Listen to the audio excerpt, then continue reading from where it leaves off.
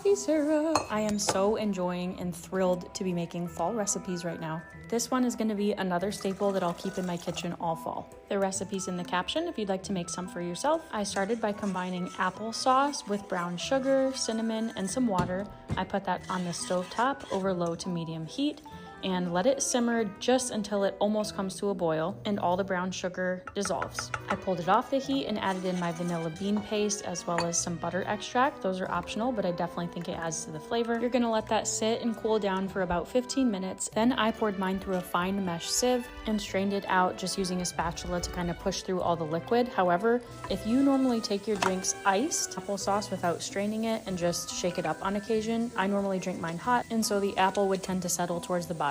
I just put a few pumps in the bottom of my coffee cup and added coffee and creamer to it. This would also be so good as an iced latte. You can store it refrigerated in an airtight container for up to 3 weeks.